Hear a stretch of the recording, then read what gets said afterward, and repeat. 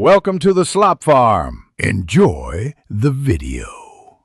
Start by assembling the required documents so you can complete the annual return in one session. Locate your RC number and company tax identification, then download or complete the specific annual return sections on the CAC portal. Confirm the current directors, shareholders, registered address, and paid-up share capital match CAC records exactly. Scan any required signatures and government-issued ID as clear PDFs under 2 megabytes each, and have bank payment evidence ready. Upload these documents only when accuracy is verified to avoid rejected submissions and delay. Log into the CAC eServices portal using your registered email and password, then select the annual return option and enter your RC number to begin.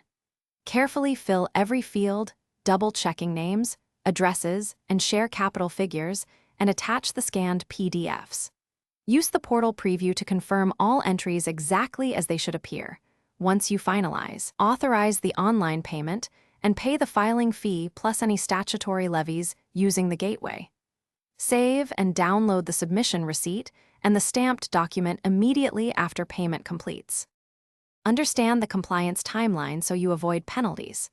File your annual return within 42 days after your annual general meeting to remain compliant.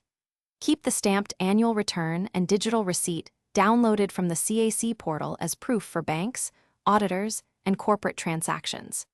If you discover errors after submission, prepare corrected documents and immediately submit an amended return through the same eServices workflow. Then download the amendment receipt.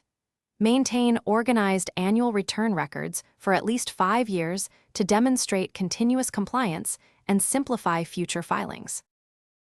Thanks for watching. Consider subscribing if we helped you today.